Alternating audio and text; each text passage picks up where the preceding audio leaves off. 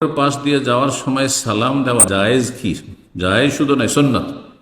জি, যেমন মুসলিম জীবিতদেরকে সালাম দেওয়া সুন্নত, তার পাশ দিয়ে অতিক্রম করলে, আর জবাব দেওয়া ওয়াজিব। ঠিক তেমনি মৃত মাইয়াত মুসলিম কবরস্থান দিয়ে অতিক্রম করছেন, বা একটি কবর আছে সেখান দিয়ে অতিক্রম করছেন, তাহলে সুন্নত হচ্ছে যে তাকে বা তাদেরকে সালাম দেবেন। জি, এই ক্ষেত্রে যদি সালামের সুন্নতি দোয়া মুখস্থ থাকে তাহলে সবচাইতে ভালো, আর না হলে শুধু বলবে আসসালামু আলাইকুম রহমতুল্লাহ বারাকাতুহু, যথেষ্ট।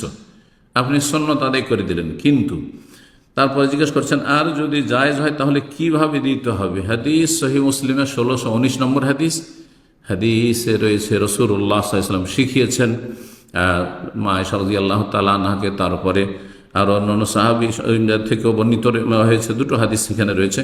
আসসালামু আলাইকুম আহলাদ দিয়ার মিনাল মুমিনিন ওয়াল মুসলিমিন ওয়া ইন্না ইনশাআল্লাহু বিকুম লাহিকুন নাসআলুল্লাহ লানা ওয়া লাকুমুল আফিয়া।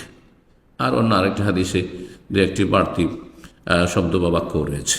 জি, যে কোনো একটি দিয়ে আপনি সালাম দিতে পারবেন কবরবাসীকে। তবে তিরমিজিতে যে হাদিসটি রয়েছে আসসালামু আলাইকুম ইয়া আহলাল কুবুর ইয়াগফিরুল্লাহু লানা ওয়া লাকুম আনতুম সালাফুন ওয়া নাহনু বিল আসার, এই হাদিসটি আমাদের বিশেষ করে হানাফি সমাজে এটাই শুধু মুখস্থ করানো হয়, আর একসময় আহলে হাদিস সমাজে এইটাই মুখস্থ করতো মানুষ, আর এটা আমাদেরকে মুখস্থ করানো হয়েছিল। এই হাদিসটি জয়ীফ, এটি দুর্বল, সুতরাং সে আমলটি ঠিক নয়। জি।